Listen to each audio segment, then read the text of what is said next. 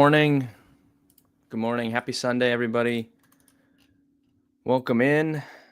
We've got some big games today that we need to talk about.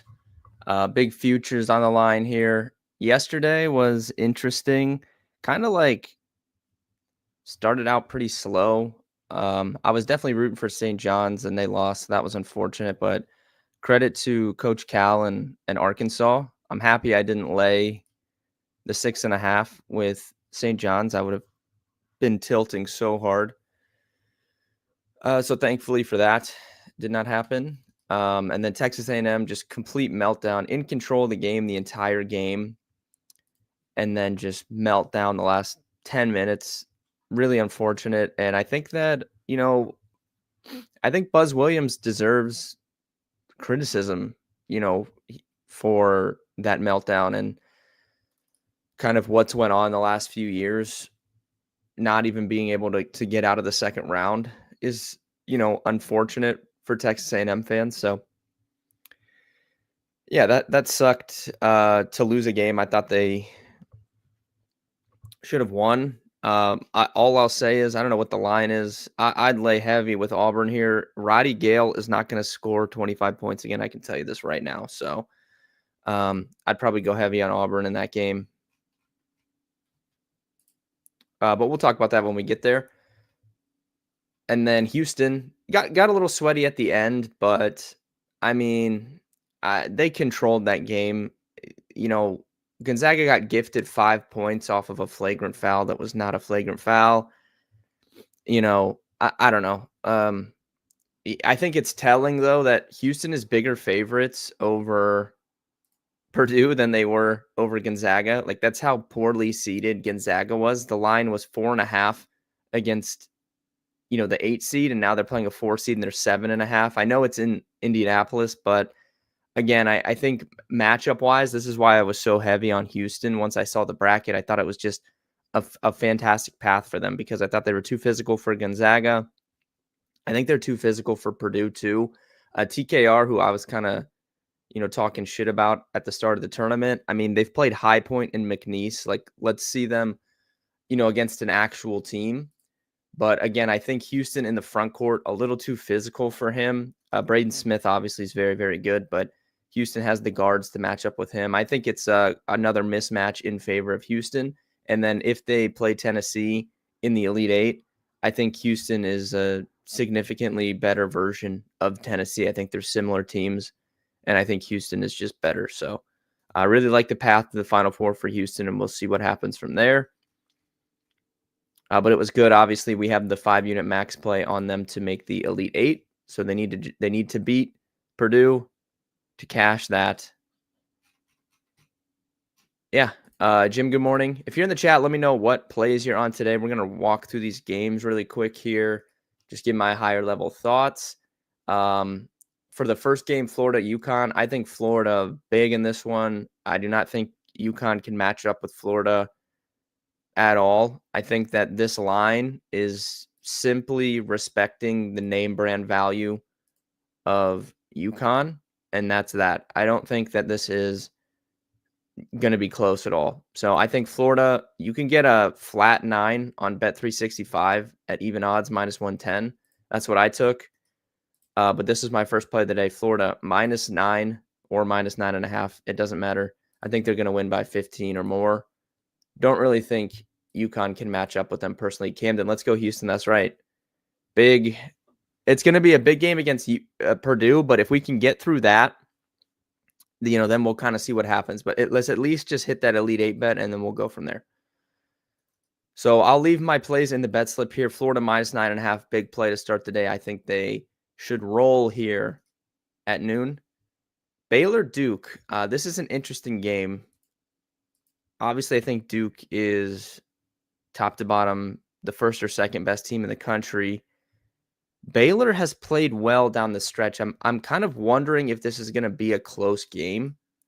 I don't think Duke will have problems winning it, but 12.5 kind of feels like a lot. And Baylor's done really well, even though they're not big. They've done well. Like, they played really tough against Houston a few weeks ago. They played really tough against Texas Tech in the Big 12 tournament. And if you guys don't know, Cooper Flag and VJ Edgecombe, they kind of have a little rivalry. They've gone back and forth back in AAU and stuff. So this should be a heated game. I'm expecting it maybe to get a little spicy at times. I kind of like Baylor, though. Not to win, but to cover. And if you guys followed along with my futures I tweeted out, the ones that I added on for the tournament, I took a Baylor to make the Sweet 16 in case Cooper Flag wasn't playing, and we got that at 10. It was 9-1, I think. So we actually have a 9-1 on Baylor to win this game, which the odds are cut in half. So that's nice to at least have in case anything goes weird here for Duke. But I'm actually probably going to play Baylor plus 12.5. So Florida's going to be a big play. Baylor's probably just going to be a regular, but I do think 12.5 is a lot, and it could be a close game. Mitchell, good morning. So I'm probably going to dabble on the 12.5. Illinois, Kentucky. I've seen a lot of people on Illinois today. In fact, I haven't seen one person on Kentucky today. I've seen pretty much anyone I've seen tweet about this game or post about this game has been on Illinois. I like Kentucky. There is immense, and I'm not saying there's not pressure on Illinois. There clearly is. It's it's the second round of the NCAA tournament, but there is really, really big pressure on Mark Pope after Calipari just took Arkansas to the Sweet 16. There's some big time pressure on the Wildcats today to get this done. Illinois, I think, is the better team top to bottom. Like if I was just kind of evaluating it from a roster level, with Kentucky's like recent injuries and stuff. I think Illinois is the better team, but I like how Kentucky plays. And if they get hot from three, they're really tough to beat. Illinois looked pretty good against Xavier, but at the same time, I don't really like how Xavier defended them.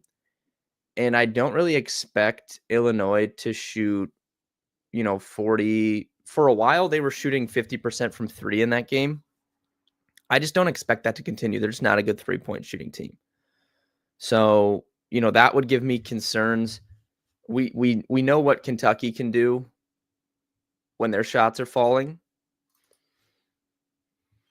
And I really like how, Amari's been playing. I like how Oweh's been playing.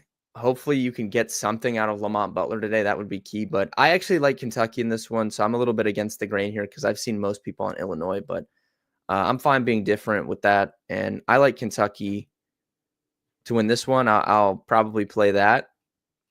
St. Mary's, Bama. We have a ton of futures on Bama here. Title, Final Four. So not going to be betting on them here. I do have some concerns, though, about this matchup. It's just such a big contrast of playing style. Alabama, fastest pace in the entire country. St. Mary's plays extremely slow. They want to limit the possessions in the game, which would play into their favor.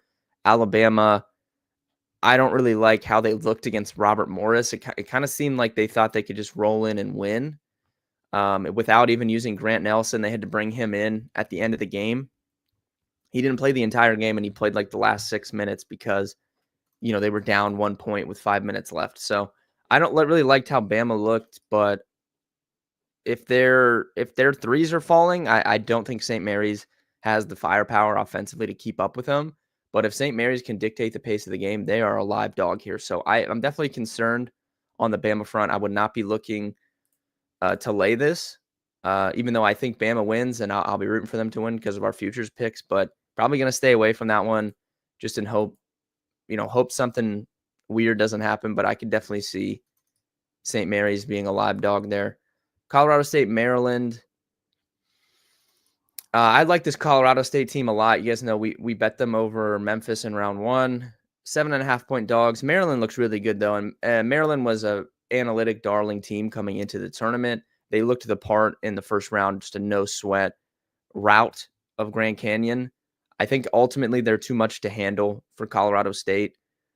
Don't know if I'd lay this, though. Maybe a moneyline parlay piece with Maryland, but I think Maryland's probably the best survivor pick today, and I think they're going to win overall. I stayed alive in my survivor pools. I ended up taking Auburn after the stream yesterday. I kind of went back and forth, and I just wanted to move on to today ultimately in case some chaos happened yesterday. So I just put in Auburn. So it sucks to burn a number one seed on the third day of it, but kind of what we talked about on stream yesterday. If I was ranking out the teams with the potential to win the tournament, I think I would put Auburn number 4 behind all the other one seeds. I would take Duke, Houston, and Florida all over Auburn in terms of potential to win the title. So if I was going to use a number one seed, it was them. So I moved on to today. I think Maryland's probably the best survivor pick for today if you're still alive in your pools. I know a lot of people went out yesterday with St. John's. Some people use Texas A&M, which if I was in a big pool, I probably would have used Texas A&M. So I got lucky there. My pools are just, under 100 people, so I had no reason to get that risky with it. Ole Miss, Iowa State. This is a big spot for us. If you watch the streams this week, we have Sweet 16 and Elite 8 tickets on Ole Miss. I think they're live in this game. I'm not going to bet it because we already essentially have a money line ticket that's like 8-1 instead of plus 198 on this game. So really rooting for Ole Miss here. I love how they played in their first game against North Carolina. It got a little sweaty at the end, but overall, they're a really good team. I think they might struggle with Iowa State's size a little bit, but at the same time, Iowa State looked great in their first game, but Ole Miss is an actual respectable team, not Lipscomb. So maybe they'll miss Keshawn Gilbert a little bit more today. Definitely will be rooting for Ole Miss. Hopefully they pull out that. That'd be a big win for us. They could cash that Sweet 16 ticket. New Mexico and Michigan State. I think New Mexico's live here. I'm probably going to bet this, to be honest with you. Especially, it's kind of like a natural hedge because we have, if you've watched the streams for months ago, I didn't really include it on my post, but I put it at the bottom. Like, we've had a Michigan State to make the Final Four ticket for a few months now. So this is like a natural kind of hedge to that. And I honestly think New Mexico's live in this game, to be quite honest with you. So New Mexico plus 7.5 will probably be a play for me. And then in the night game, Oregon, Arizona. I do think Oregon's live here, but I've kind of gone back and forth on this. Mitchell in the chat, I know we talked yesterday. I said I was probably going to take a Florida, Arizona money line parlay. I still like it, but I think I like it more to just lay this 9.5 because I think Florida's going to win by, 15 or 16. So this Florida is going to be my biggest play. So we're going to know early how the day is going because it's the first game of the day. I do like Arizona moneyline parlay though. So maybe just a 1 unit on them and Maryland together would be interesting. But as you guys can tell, I didn't really like a lot of stuff yesterday. Much more plays I like today. So big play to start the day at noon. And then Baylor, Kentucky, New Mexico. I like all those spots as well. Overall, just my picks to win the games today, my predictions. I'll take Florida, Duke. I'll take Kentucky. I'll take Bama, Maryland. I'll take Ole Miss over Iowa State, not just because we have the futures. I actually think, they're live to win that game. I think New Mexico's super live, so I don't really know about that. And then I would take Arizona there. Doing pretty good in my bracket pools thus far. The one I made on stream, I put in my larger stuff. In my small ones with like 50 to 60 people in them, I played a little bit more conservative. It was the same overall bracket. It's just I didn't really take any upsets because I had Houston winning the title. So I'm pretty high up on a lot of my smaller pools right now. We're just going to keep rooting for Houston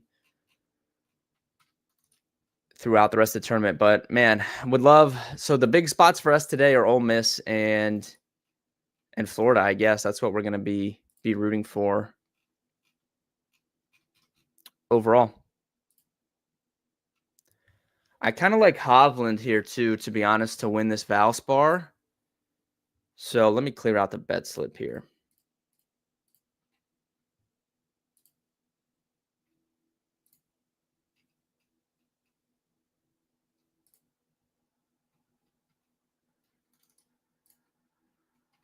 Maybe something like this. What do you guys think? Almost 10-1. I bet if we did this on another website, we could get a 10-1. Hovland, Florida, Maryland, Zona. I might dabble in that maybe. Watch some golf too.